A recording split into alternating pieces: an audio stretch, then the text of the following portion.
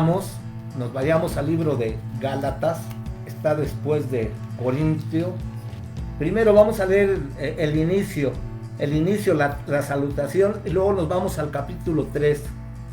Gálatas capítulo 1, versículos 1 al 5, dice así: Pablo, apóstol, no de hombres ni por hombre, sino por Jesucristo y por Dios el Padre, que lo resucitó de los muertos, y todos los hermanos que están conmigo, a la iglesia de Galacia. Gracia y paz sea a vosotros de Dios el Padre y de nuestro Señor Jesucristo, el cual se dio a sí mismo por nuestros pecados para liberarnos del presente siglo malo, conforme a la voluntad de nuestro Dios Padre, a quien sea la gloria por los siglos de los siglos. Amén. Una salutación, pero inicia Pablo defendiendo su apostolado. Estoy maravillado, dice el versículo 6, de que tan pronto os hayáis alejado del que os llamó por la gracia de Cristo para seguir un evangelio diferente. No que haya otro, sino que haya algunos que os perturban y quieren pervertir el evangelio de Cristo. Mas si aún nosotros o un ángel del cielo os anunciare otro evangelio diferente del que os hemos anunciado, sea anatema. Como antes hemos dicho, también ahora lo repetimos: si alguno os predica diferente evangelio del que habéis recibido, sea anatema. Pues busco ahora el favor de los hombres o el favor de Dios, o trato de agradar a los hombres. Pues si todavía agradara a los hombres, no sería siervo de Cristo. Desde los tiempos de la iglesia primitiva, con las iglesias que había levantado Pablo en sus viajes misioneros, él, predicando el evangelio puro, había levantado esas iglesias. Y en una nueva visita que hace a estas iglesias, se encuentra que se está introduciendo en medio de ellos otro evangelio. ¿A qué se está refiriendo Pablo? Nos vamos al capítulo 3, versículo 1. Dice: Oh Gálatas insensatos, ¿quién los fascinó para no obedecer a la verdad? A vosotros, ante cuyos ojos Jesucristo ya fue presentado claramente entre vosotros como crucificado. Esto solo quiero saber de vosotros: ¿recibisteis el Espíritu por las obras de la ley o por el oír con fe? Tan necios sois, habiendo comenzado por el Espíritu, ahora vais a acabar por la carne. Tantas cosas habéis padecido en vano, si es que realmente fue en vano. Aquel pues que os suministra el Espíritu y hace maravillas entre vosotros, ¿lo hace por las obras de la ley o por obrar y oír con fe? Bueno, si usted tiene tiempo, léase la epístola de Pablo a los Gálatas. Son 6 capítulos pequeños, pero nos narra el contexto que Pablo está exhortando a los Gálatas a que se ubiquen. Él les predicó el evangelio puro a través de la cruz de Cristo. Y dice en otro pasaje, creo que fue en Corintios, dice: y me propuse predicar entre vosotros a Cristo y a este crucificado. Y no por sabiduría de hombre, ni por iniciativa de hombre, sino por revelación de Dios. Pablo había predicado el evangelio puro de la gracia. A través de este evangelio, muchos gentiles, además de judíos, se habían convertido. Pero sucedió algo. Conforme el evangelio fue creciendo, también se fueron convirtiendo en el camino escribas, fariseos, doctores de la ley, incluso sacerdotes se convirtieron a Cristo. Ahora, con esos antecedentes, los fariseos, si bien aceptaron a Cristo como Mesías, su formación no les permitía ver el Evangelio de la gracia tal como nosotros los gentiles lo vemos, porque ellos tenían otro contexto y otro antecedente. Les parecía difícil que fuera tan sencillo que los no judíos se convirtieran sin tanta carga de someterse a los preceptos de la ley. Ellos por miles de años habían sometido su vida a cumplir todos los dictámenes de la ley al pie de la letra, o al menos eso inicialmente se proponían hacer. Les resultaba difícil de aceptar que incluso el Espíritu Santo se manifestó en el pueblo gentil. Por miles de años ellos como pueblo habían sido sometidos a los preceptos de la ley, habían hecho el pacto, al menos sus antecesores, en el Sinaí se comprometieron con Dios a respetar la ley, a renovar el pacto hecho inicialmente con Abraham. Y allí en el Sinaí, aunque no quisieron permanecer oyendo la voz de Dios, porque morían, decían, era tal la presencia de Dios que pidieron a Moisés: mejor tú habla con Dios y lo que ustedes acuerden, nosotros lo aceptamos y nos sometemos. Renovamos ese pacto y acordamos someternos a la ley y a los preceptos de ella, ¿no? Digamos que todo ese antecedente tenían todos estos grupos: escribas, fariseos, saduceos, doctores de la ley. Hubo algunos de ellos que se convirtieron, pero a pesar de que reconocieron a Cristo como Mesías,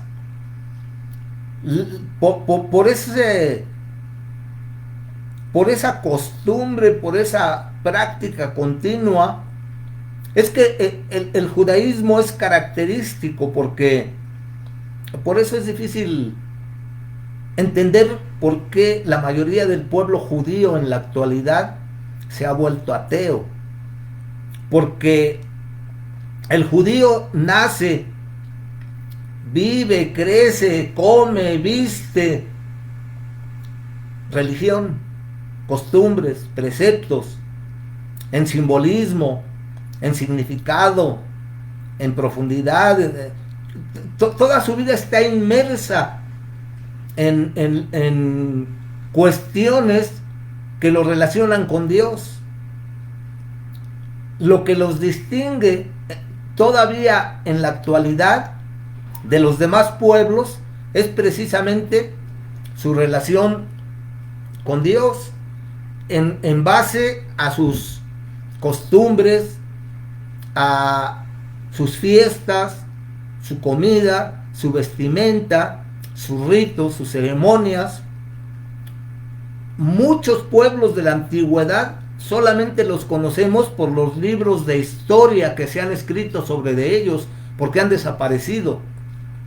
Pero los judíos, a pesar de esos miles de años de persecución, de lucha, de tránsito en este mundo, encontrando muchas veces antisemitismo, discriminación, ataques, pruebas contra él como pueblo, ha permanecido. Y que lo que lo distingue donde quiera que se encuentran en todas partes del mundo es precisamente la observancia de sus tradiciones que involucran todo eso. Todo está inmerso en ese significado de relacionarse como pueblo escogido de Dios. Lo que visten, lo que comen, lo que hacen, lo que piensan. Por eso es que incluso dentro de los preceptos mosaicos hay el concepto que ellos manejan de que Dios les ha dado el mundo y tienen por mandato, por obligación, por mandamiento, hermosear al mundo.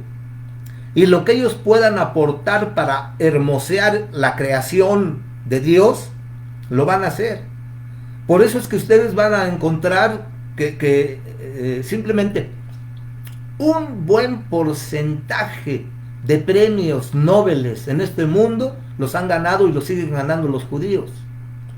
Porque al fin y al cabo hacen aportaciones para bien o para mal. Afortunadamente se carga la balanza hacia bien, pero también influencia negativa de judíos la hay. Y que han afectado al mundo. Y los judíos son notables en todas las áreas y en todo el espectro de lo que somos como humanos, en la cultura, en la ciencia, en la tecnología, en lo que ustedes quieran. Hemos tenido influencia de los judíos. Las corrientes o teorías psicológicas, Freud, Einstein, y podría mencionar más y muchos otros que desconozco incluso, pero que son judíos y que han hecho aportes a la humanidad. Les digo por sus conceptos, de todas de todos sus mandamientos y de todo el concepto que manejan, que es muy especial, tanto bueno como malo, ¿no? De hecho, los códigos de ley y de todo eso, que si bien también tienen como fundamento el Imperio Romano, su legislación, su estructura, etcétera, pero inminentemente que también tienen la influencia del judaísmo, de la legislación, los códigos civiles, los derechos humanos, todo eso. En la Biblia encontramos información acerca de todo eso. Todos esos son antecedentes judíos. Pero regresando, ese pues es el contexto. Entonces un fariseo que se convertía, le era difícil aceptar que fuese tan fácil para un gentil que fuese salvo, que entrase al pacto y a la promesa sin ninguna carga como a ellos por miles de años se les exigió. Por principio de cuentas, cuando nacían a los 8 días tenían que circuncidarse, y esa circuncisión, esa mutilación de la carne, de la cual habla más adelante Pablo, pero en relación a las posturas judaicas o judaizantes que quiero transmitir, por eso me fui con Gálatas, para regresar un poquito a la conducta y el trato que Dios tenía para ellos. Pero el fariseo le era difícil aceptarlo. Y si él, por principio de cuentas, para renovar el pacto de Abraham, entre ellos se tenían que circuncidar, y ese era el símbolo de aceptación del pacto hecho con Abraham, al cual ellos se unían a través de ese acto físico. Pero después estaba la vestimenta, después estaba el régimen alimenticio, kosher, después estaban las fiestas, después estaban las prácticas, las ceremonias y todo el simbolismo y los significados. Entonces ellos pensaban, de acuerdo, reconocemos a Cristo como Mesías, pero estos gentiles que estaban alejados del pacto y de la promesa, ¿dónde físicamente como nosotros, externamente, dónde está el signo físico o el símbolo o lo que sea, pero que signifique que ellos también aceptan el pacto, el acuerdo con Dios para someterse a los preceptos y a la ley de Dios? ¿En dónde está? Se tienen que circuncidar, tienen que dejarlo ofrecido a los ídolos. Tienen que alejarse de la idolatría, que al final en la historia conocemos que el trato duro de Dios con el pueblo judío ha sido porque ese pueblo, conociendo al Dios vivo y verdadero, al único Dios, decidieron también adorar a ídolos por todas las influencias, desde Egipto, que estuvieron 430 años, después cautivos en Babilonia y dispersos por Asiria, con las 10 tribus perdidas. En fin, han tenido toda esa influencia, pero han cambiado la gloria del Dios vivo por ídolos. Y ese fue el reclamo de Dios a través de los profetas y a través de toda la historia de Israel. Entonces todo ese antecedente se acumulaba como fariseos y les daba dificultad de entender lo fácil que era que un gentil se convirtiera y recibiera los beneficios del pacto y de la promesa. Incluso el Espíritu Santo se manifestó en ellos, el Ruach Kodesh, como ellos lo llaman.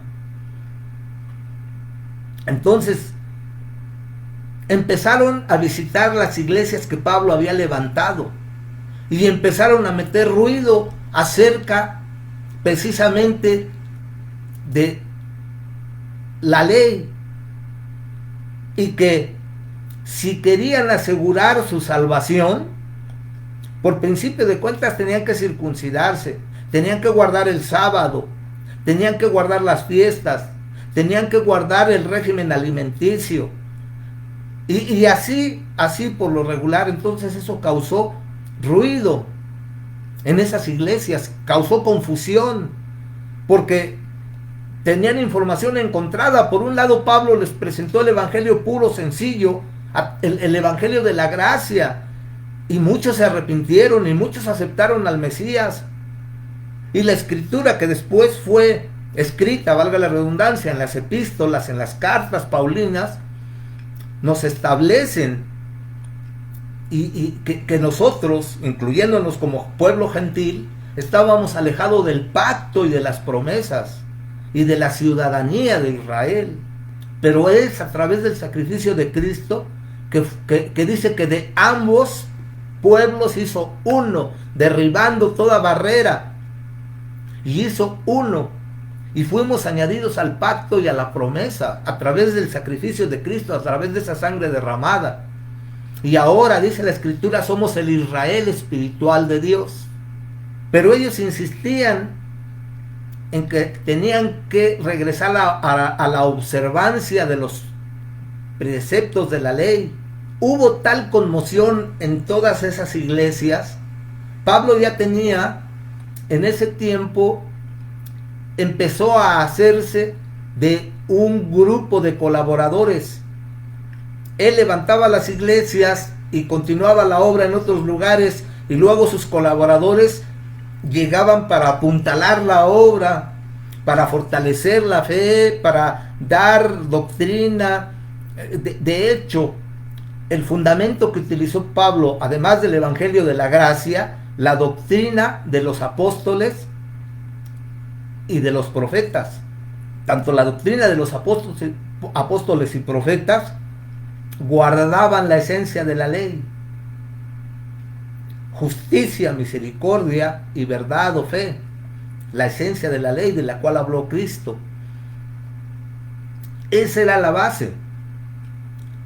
Entonces hubo confusión a tal grado de que se tuvo que realizar un concilio, una reunión, una asamblea en la cual se acuerdan cosas y todas las partes se comprometen a someterse a ese acuerdo.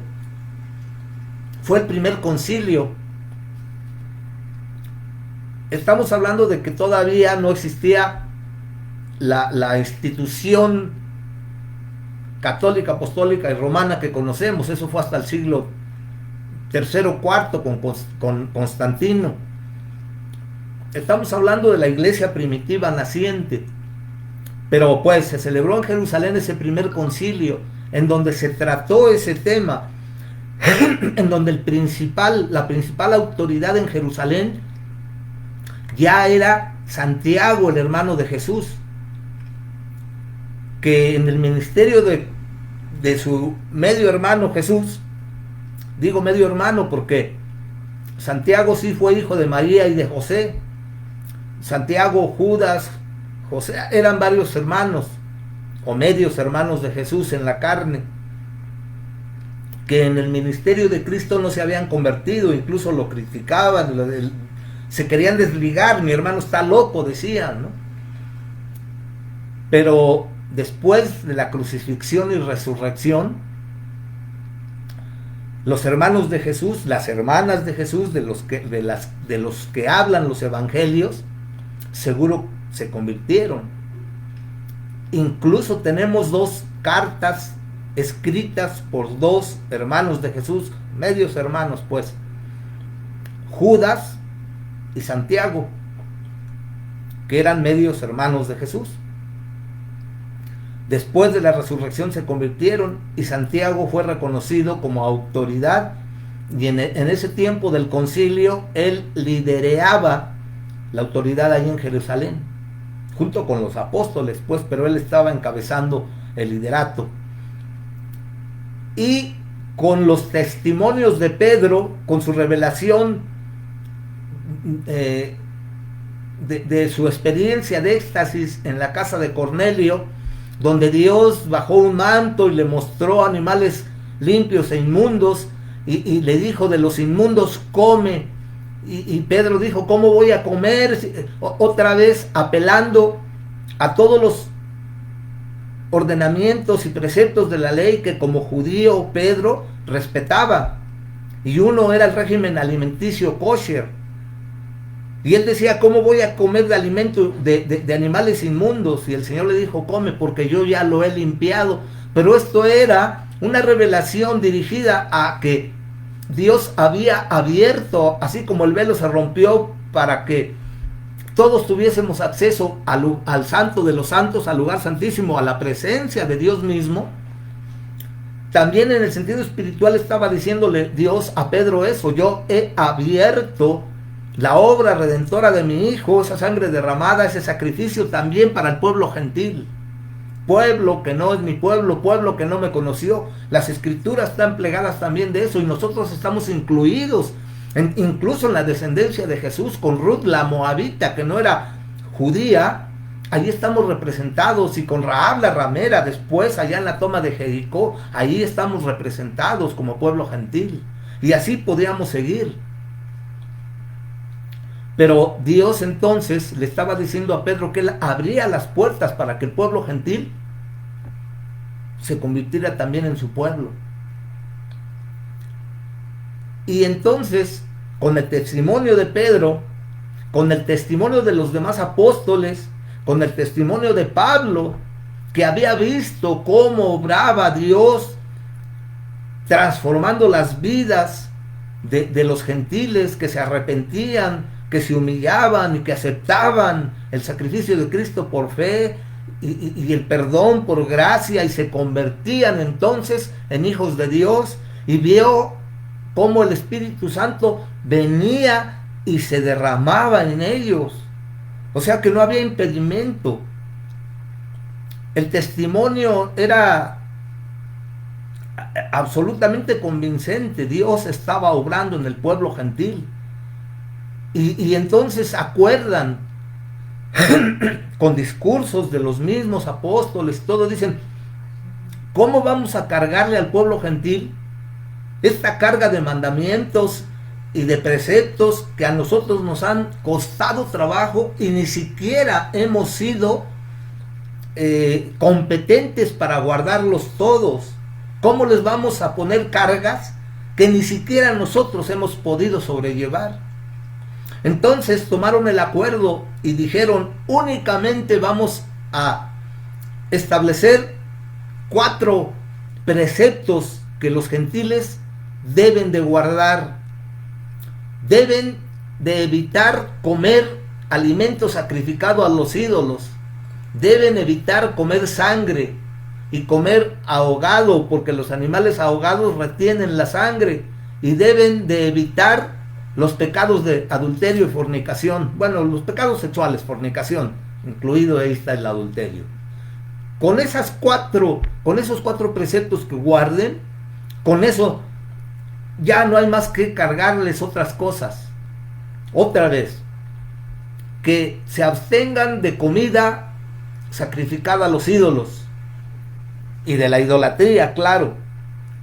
Que se abstengan de comer sangre, que se abstengan de comer animales ahogados o que conserven la sangre, y que se alejen de todo pecado sexual.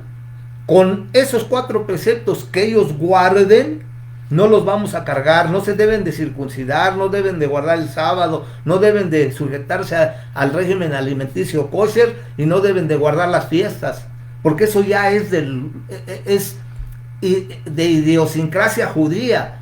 Los judíos que se conviertan a Cristo van a seguir observando y guardando esos preceptos, pero porque son exclusivos para el pueblo judío. Y ahí tenemos, por ejemplo, Colosenses. Ahí en Colosenses 2:16, creo, habla precisamente de eso. Por tanto, nadie os juzgue en comida o en bebida, o en cuanto a días de fiesta, luna nueva o días de reposo, todo lo cual es sombra de lo que ha de venir, pero el cuerpo es de Cristo. Nadie os prive de vuestro premio, afectando humildad y culto a los ángeles, entremetiéndose en lo que no han visto, vanamente hinchados por su propia mente carnal, y no haciéndose de la cabeza, en virtud de quien todo el cuerpo, nutriéndose y uniéndose por las coyunturas ligamentos, crece con el crecimiento que da Dios. Por tanto, nadie os juzgue por comida, bebida, o en cuanto a días de fiesta, luna nueva, o días de reposo. Y así vamos a ver en todas las epístolas, porque se tuvo que combatir esto. ¿Cuál es el antecedente de esta actitud judaizante? La influencia que fariseos conversos empezaron a meter en la iglesia. Lo curioso es que esa influencia farisea, ese judaizar, se sigue repitiendo en la actualidad. Ahorita voy a introducir un poquito para que conozcan los antecedentes de los fariseos, de los saduceos, sobre todo estos dos grupos, fariseos y saduceos. Había otros, los esenios, los celotes, los herodianos, en el tiempo del ministerio terrenal de Cristo. Pero estos dos grupos eran los más influyentes, saduceos y fariseos. Ahorita se los platico narrándoles los antecedentes, el origen de ellos. Pero quiero subrayar que esta influencia que Pablo combatió en la iglesia de Gálatas y en todas las iglesias que levantó, que se vio afectadas por la influencia de los fariseos a través de los judaizantes que querían que los gentiles conversos guardaran los preceptos judíos, que judaizaran. Por eso se le llama los judaizantes. Pero estos judaizantes tienen como antecedente su formación farisaica o saducea. Sobre todo, digamos, enfatizamos fariseos, como que es el término más conocido, porque lamentablemente el término sigue teniendo validez a veces, o se sigue presentando en nuestras iglesias, o sigue en la actualidad habiendo esa influencia judaizante. Ahorita les digo cómo, y estoy seguro, a través de toda la historia la ha habido. Estamos hablando de la iglesia primitiva, pero si nos remontamos, por ejemplo, a los 2 siglos anteriores, el siglo XX y el siglo XIX, que también hubo un boom que se detonaron en lo espiritual o en lo religioso denominaciones, y nacieron religiones que hoy podemos identificar como sectas por las herejías que manejan, pues, pero tienen como antecedente esta influencia farisaica. Ahorita les digo por qué, y les voy a decir por qué en la actualidad tenemos el peligro de judaizar. Hay corrientes que se han dado desde los años 60. Por ejemplo, en el siglo XIX nacieron los nacieron, les voy a mencionar al menos dos sectas que tienen cierto origen, si no común, pero comparten algunas creencias que ellos manejan como sectas. Los adventistas del séptimo día, precisamente su nombre, adventistas del séptimo día, creen en el advenimiento de Cristo como nosotros lo creemos, pero son adventistas del séptimo día porque guardan el sábado. Ya es un concepto judaizante guardar el sábado, porque la escritura dice que el que guarda el sábado está obligado a guardar todos los demás mandamientos de la ley, los que ya mencionamos. Entonces, por eso es catalogada como secta herética o con errores doctrinales.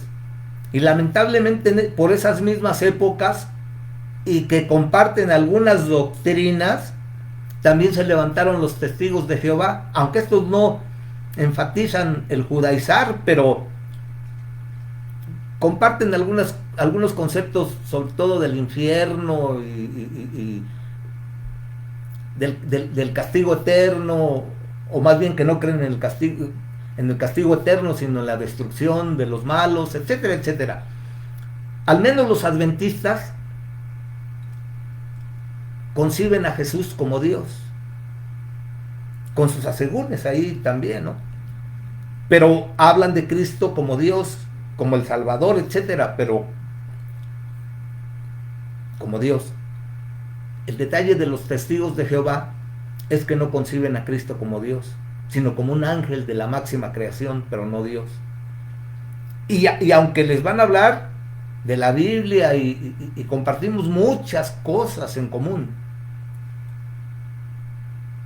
lo esencial, pues, pero cuando empiezan a tener ya conceptos alejados de lo bíblico, por eso son considerados heréticos y sectas.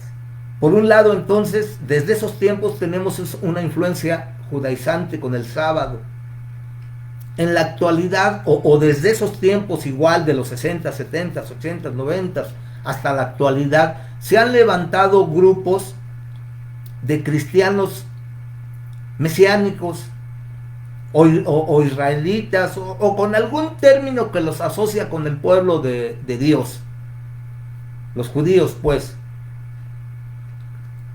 y han adoptado muchas de sus prácticas, porque de entrada todo lo judío es atractivo. De hecho, nosotros no deberíamos nada más llamarnos cristianos, sino deberíamos llamarnos judeo-cristianos, porque nuestro fundamento, nuestras raíces también vienen del pueblo judío, porque todo lo que el pueblo judío maneja está lleno de simbolismos, de significados, de su relación como pueblo escogido con el Dios verdadero, al cual nosotros fuimos añadidos.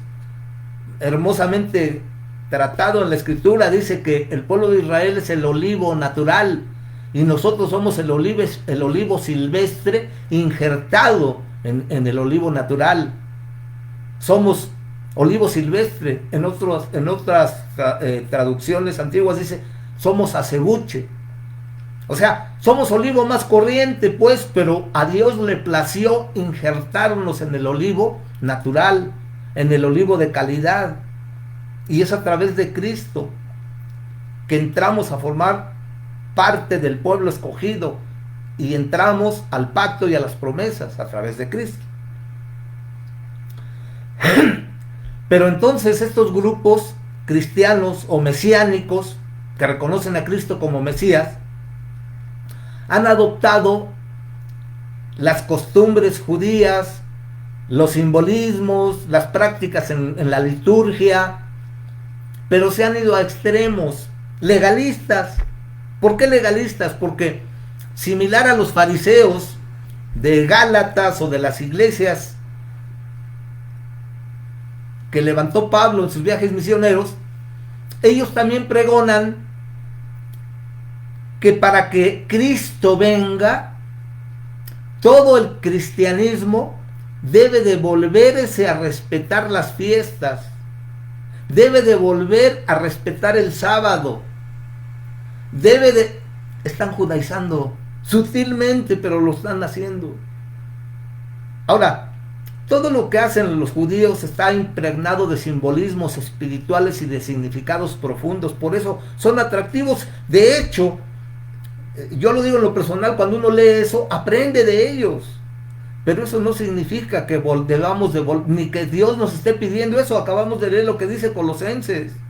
No podemos sujetarnos a preceptos de día, de luna nueva, de fiestas, porque todo eso es judaizar. Y estamos desvirtuando la gracia y la libertad con la que Cristo nos ha hecho libres. Porque de alguna manera, para los judíos es una carga el sujetarse a todos esos preceptos. Imagínense a los ayunos, a la alimentación kosher, un régimen alimenticio muy especial, muy particular, etcétera. Incluso la vestimenta, las fiestas de guardar. Lo curioso es que la mayoría de judíos, aunque son ateos, pero siguen practicando sus fiestas, ¿no? Pero lamentablemente de eso debemos aprender. Muchos de los rituales que nosotros llevamos a cabo, bueno, definitivamente, por ejemplo, nosotros nada más tenemos 2 ordenanzas, las cuales implican un ritual, pues, pero son 2 ordenanzas. No estamos cargados de tantas como el pueblo judío. Dios estableció para nosotros como cristianos 2 ordenanzas: el bautismo y la Santa Cena.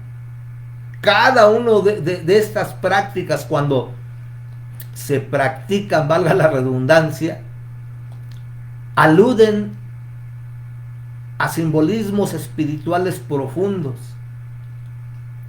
Eso es lo que aprendimos del pueblo judío, ¿no? Pero no estamos obligados a judaizar, a traer otra vez a la práctica todo eso. Y no estamos de acuerdo con estos grupos mesiánicos israelitas o que vuelven a practicar la liturgia judía, que porque practiquemos eso, Cristo, vamos a adelantar o vamos a apresurar la venida del Mesías.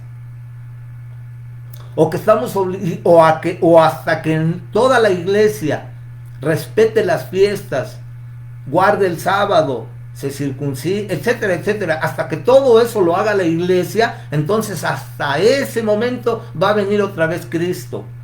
Al menos eso es lo que pregonan.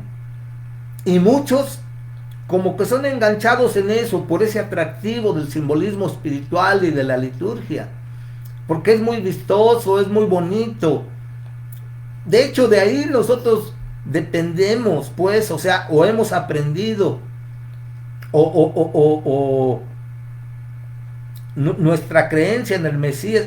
Cristo fue judío, Cristo respetó también la ley de Moisés, pura y limpia, no en su tiempo. Por eso criticó tanto y duramente a los fariseos, a los saduceos, a los escribas, a los doctores de la ley, y los calificaba de una manera cruda, dura, fea: sepulcros blanqueados, nidos de víbora, hipócritas, porque él sabía lo que había en el corazón de ellos. Lamentablemente el concepto de fariseo, cuando lo oímos o simplemente que se nos diga, es ofensivo por toda la connotación que tiene. Y en la actualidad se sigue manejando eso, que tenemos que judaizar para poder apresurar la venida del Señor, cosa que no es cierto. La Escritura lo contradice en dado caso. Ahora, ¿estamos obligados a circuncidarnos? Sí, pero no es una circuncisión física. La Escritura habla de una circuncisión del corazón, que en otras palabras significa obediencia. Cuando tú decides obedecer a Dios, consagrarte, buscar de Dios, obedecerlo, eres un circunciso de corazón, eres un circunciso espiritual. Entonces, en ese sentido, para que se entienda, Sí estamos obligados a circuncidar, sí estamos obligados a obedecer a Dios, porque al final esa es la esencia de nuestra relación con Dios. En el pueblo judío dicen ellos que los mitzvot o los mandamientos es el vínculo de unión entre Dios y su pueblo.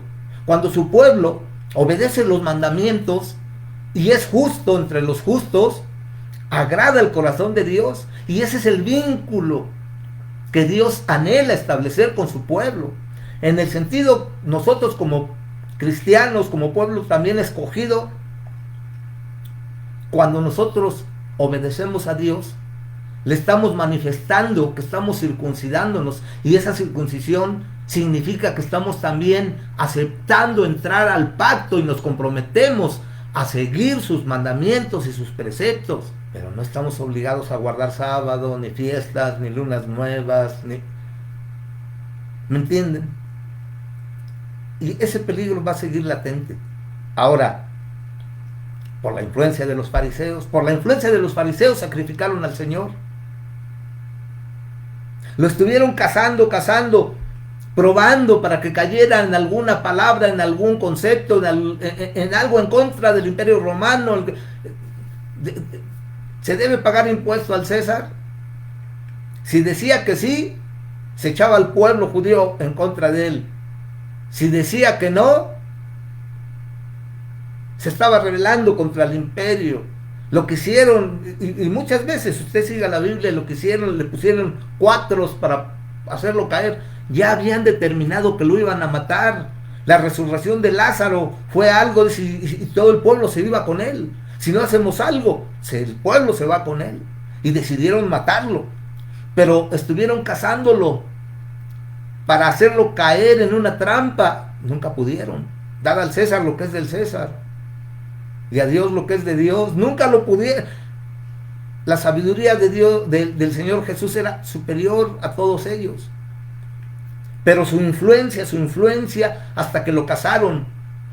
Algunos eruditos, cuando analizan el ministerio de Cristo, lo analizan en esos 3 años. El año de inicio de su ministerio, donde se dio a conocer, el año de popularidad y de los milagros y del ministerio. Pero luego hubo otro año en el que, precisamente por la influencia y los ataques de los fariseos, fue descendiendo su popularidad, y empezaron el poder de los medios de comunicación y de información distorsionada. Lo estamos viviendo en la actualidad, le pasó a Cristo. Pero la influencia de esos fariseos, esos que en un domingo de Ramos lo loaron con el hosana y lo reconocieron, y ponían sus palmas y sus vestidos para que pasara el rey montado en un pequeño asno, le reconocían como alguien notable, incluso como el Mesías. Esos mismos días más adelante gritaban: crucifican. Y fue por la influencia de estos fariseos. Pero ¿quiénes son estos fariseos? Fíjense, los dos grupos preponderantemente influyentes en el tiempo y en el ministerio de Cristo fueron los saduceos y los fariseos. ¿Quiénes eran los saduceos? En ese tiempo, fíjese, es curioso, los saduceos son la ala conservadora, y los fariseos es la ala liberal. Los saduceos, su nombre saduceos vienen derivado de la palabra saduc, que significa justicia o rectitud, pero que era el nombre de Sadoc, el sacerdote que sucedió a Elí en el tiempo de Salomón. Recuerda la historia de Elí. Elí fue el formador de Samuel, y Dios le quitó el sacerdocio por los pecados de sus hijos, etcétera. Le quitó el sacerdocio, pero fue hasta el tiempo de Salomón que Sadoc sucedió a Elí. Y los descendientes de Sadoc precisamente son los saduceos. De ahí deriva, de ese término. pertenecían a la aristocracia conservadora. Era la clase sacerdotal descendientes del sacerdote Sadoc en los tiempos de Salomón. Y había diferencias doctrinales en los conceptos. Por ejemplo, los saduceos negaban la inmortalidad del alma y negaban la resurrección y otras cosas más, pero básicamente esas eran las diferencias entre ellos, ¿no? En cuanto a doctrina, había muchas otras diferencias. Los saduceos eran la aristocracia sacerdotal.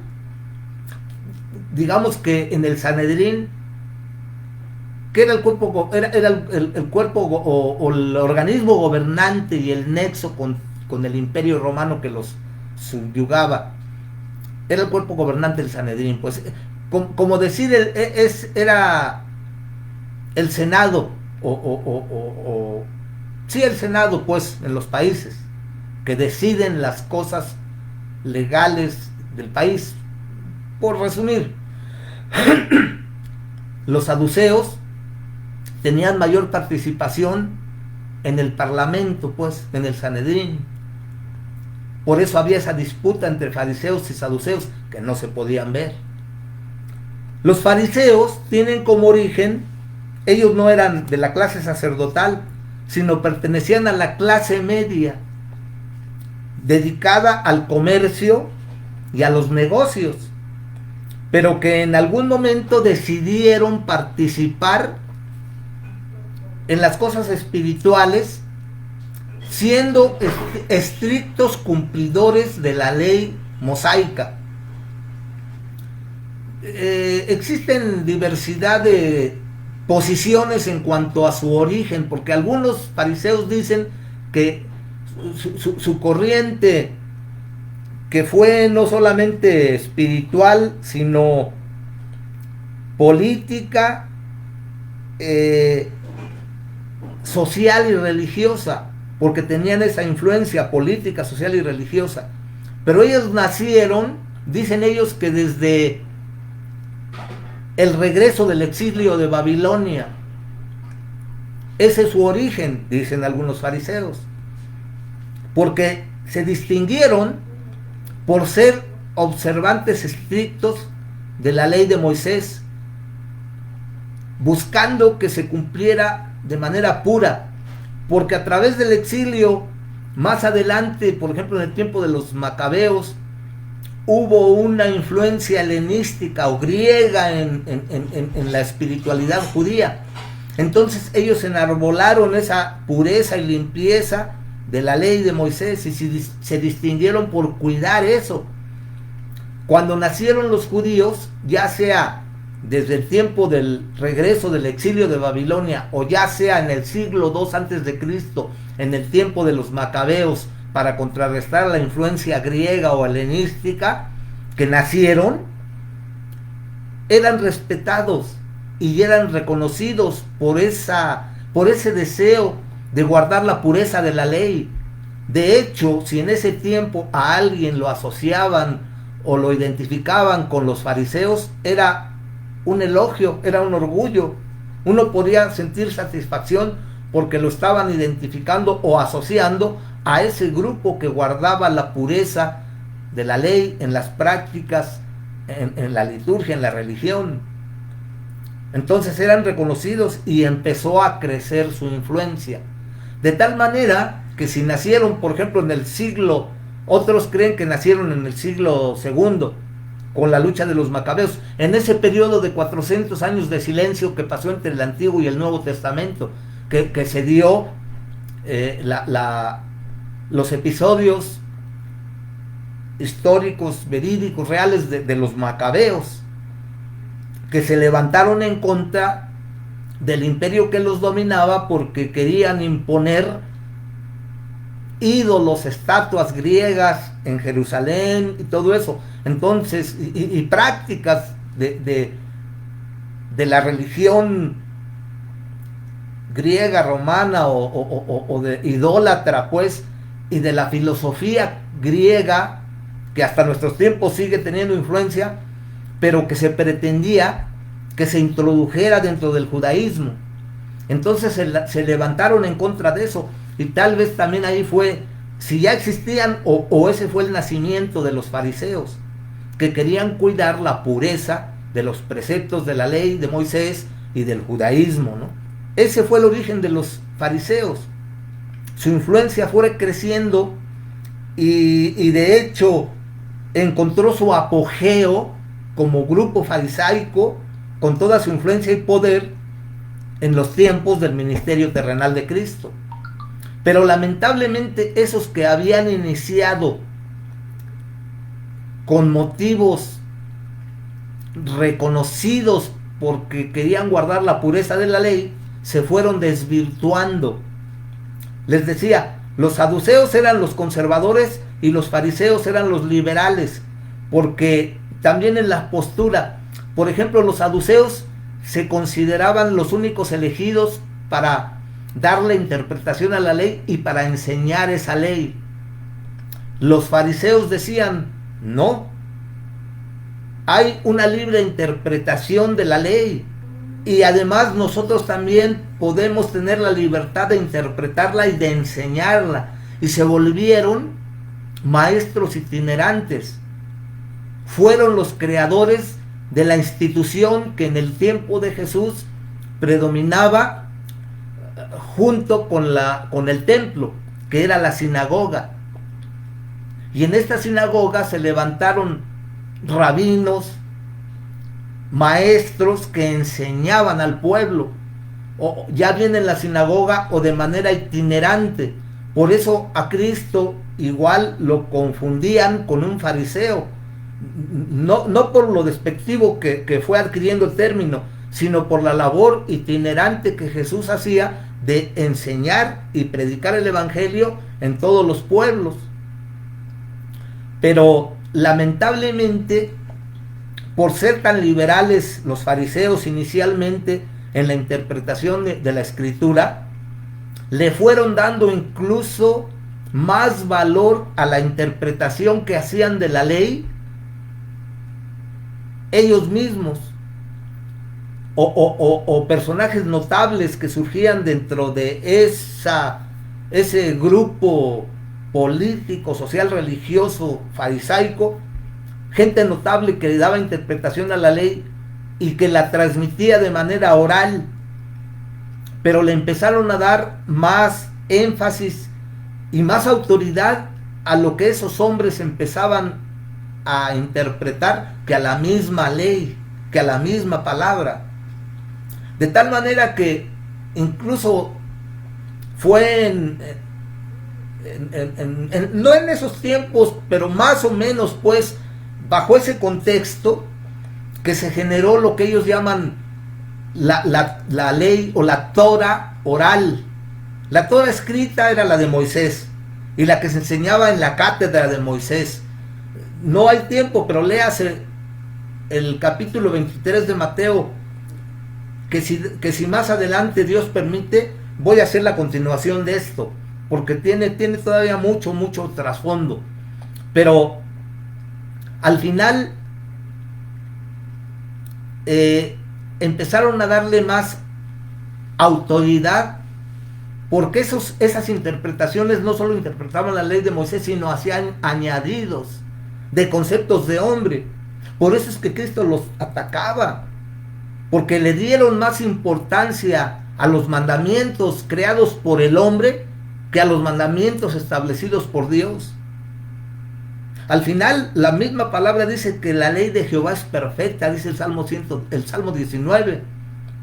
La ley de Jehová es perfecta, que convierte el alma. Los mandamientos de Jehová, todos ellos puros, son como la miel, y la miel que produce el panal, etcétera, etcétera. Tiene riqueza, pues. Cristo dijo: yo no he venido a abrogar la ley, sino a darle cabal cumplimiento. Se estaba refiriendo a la esencia de la ley. La esencia de la ley es justicia, misericordia y verdad. Cuando algo es legal, es justo. La ley es justa.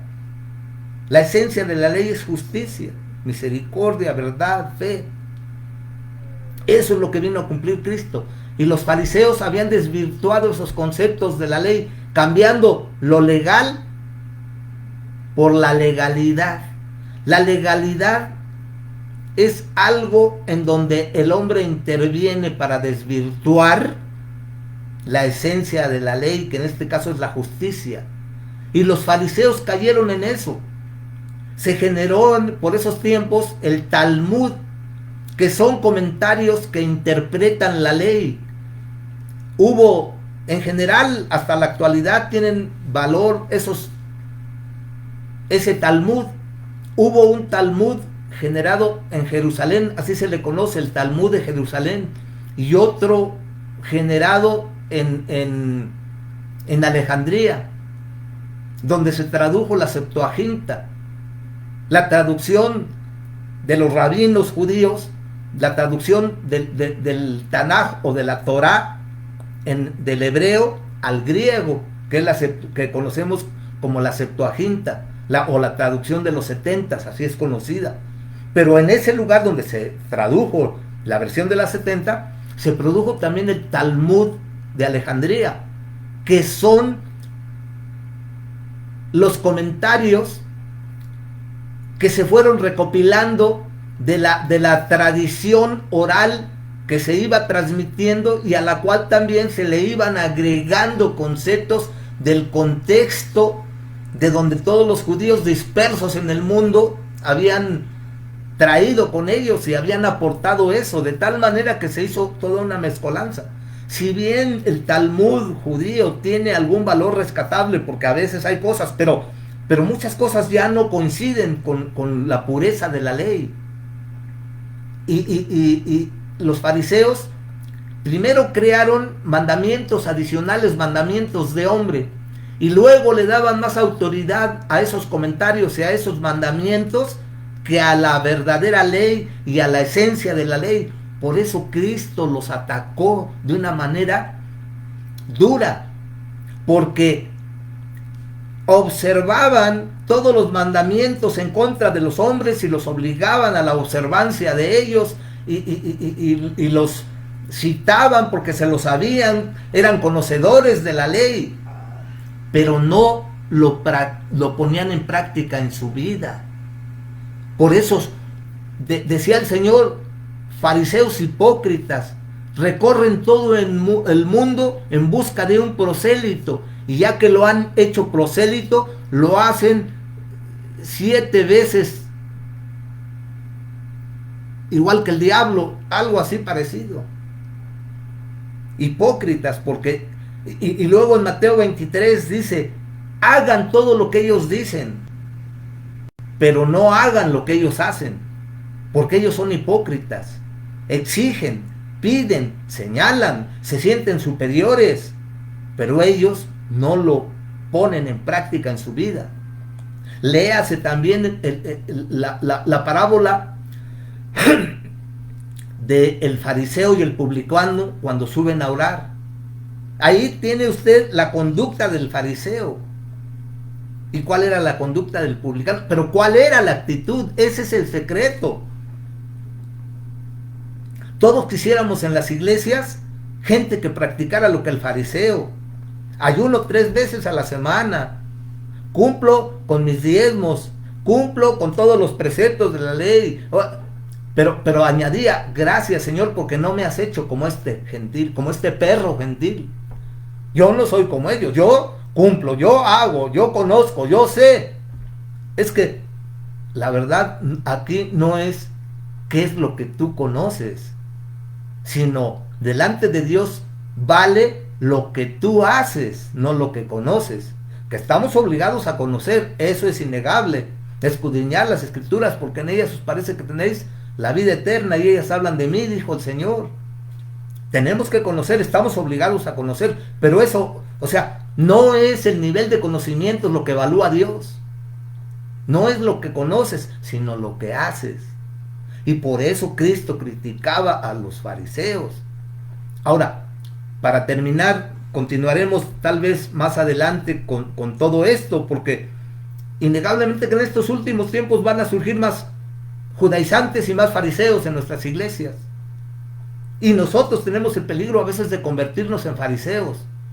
Hay gente que ya creemos que tenemos otro nivel espiritual y criticamos y señalamos los defectos de los demás, pero tal vez internamente, tal vez secretamente, tal vez no lo practicamos y hay en nuestro corazón una actitud farisaica.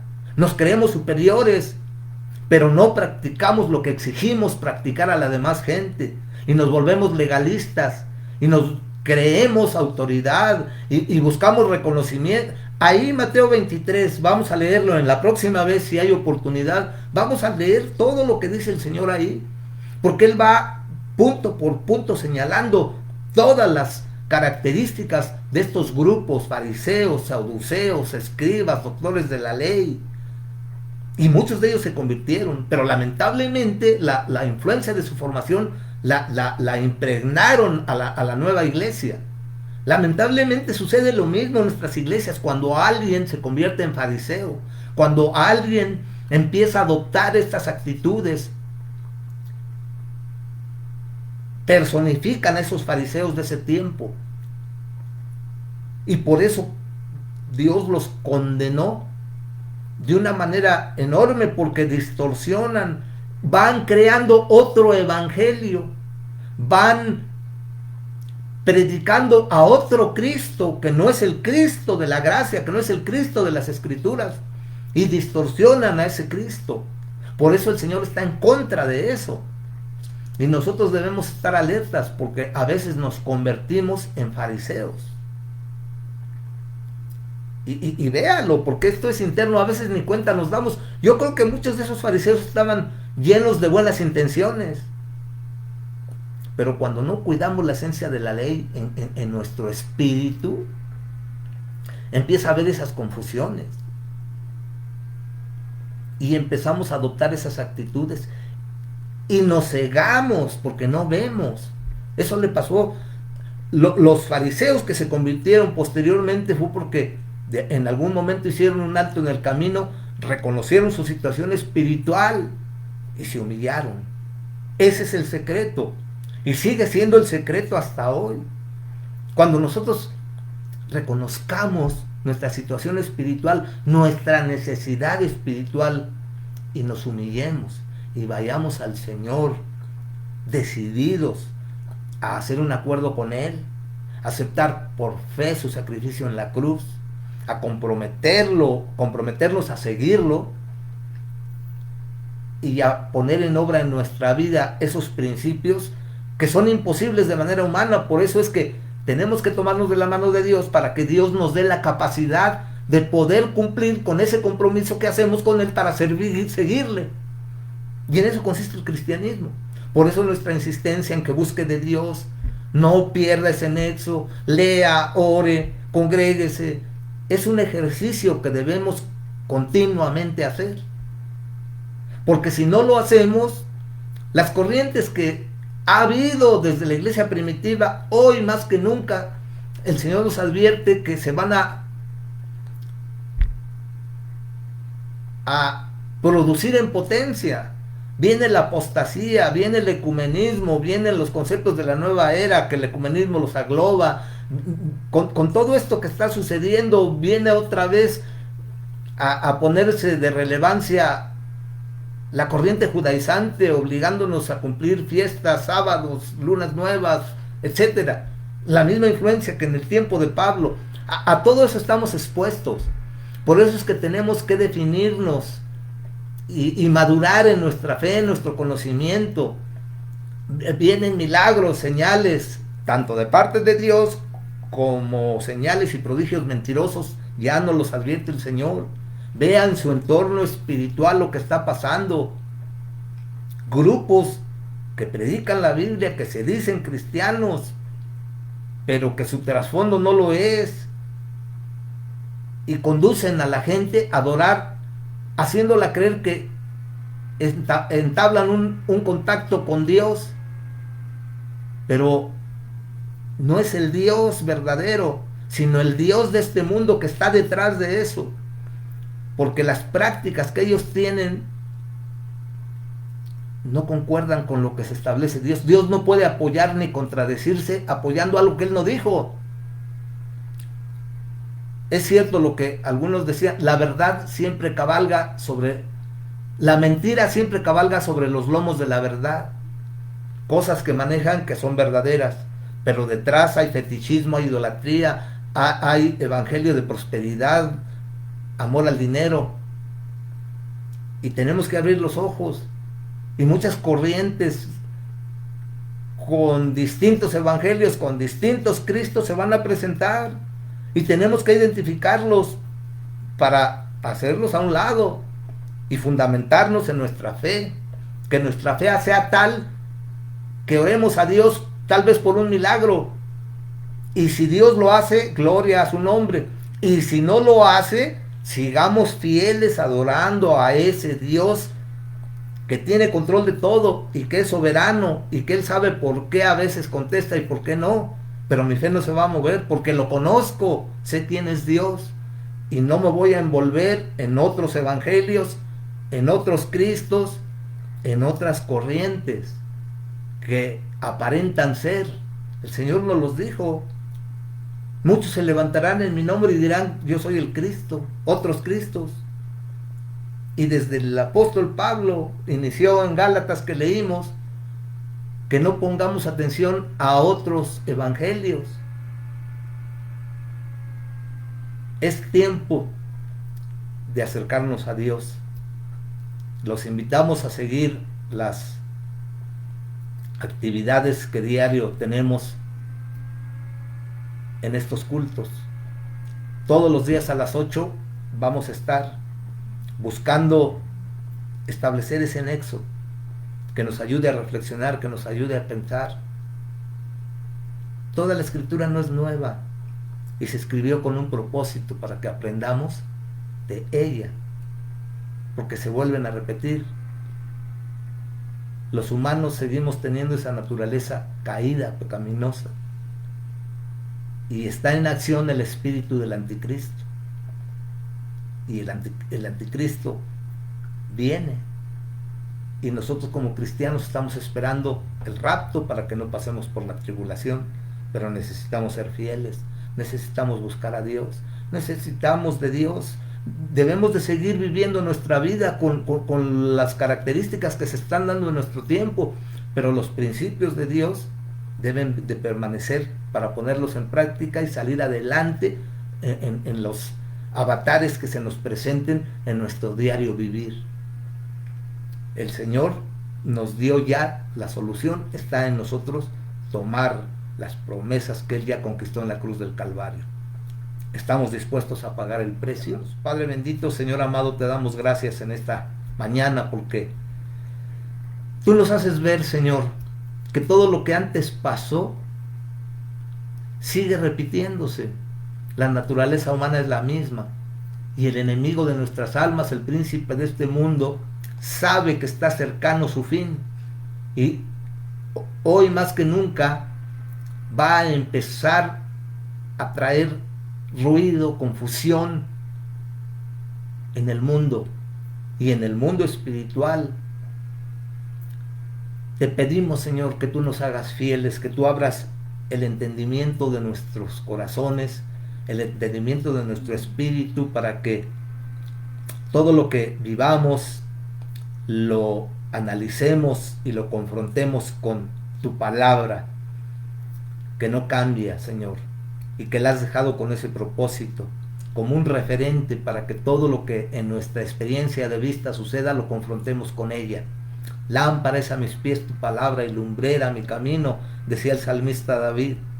Que podamos decir como él, Señor, y que nos propongamos conocer más de tu palabra, para que tú nos des discernimiento y entendimiento y podamos, Señor, distinguir cuando algo es falso y cuando es verdadero, aun cuando ese falso, Señor, se monte sobre la verdad, cabalgue sobre los lomos de la verdad, pero es mentira. Que sepamos discernir y distinguir y afirmarnos en ti. Te lo pedimos en el nombre de tu Hijo amado Jesucristo, a quien damos la honra, la gloria y la alabanza. Amén. Dios les bendiga, hermanos.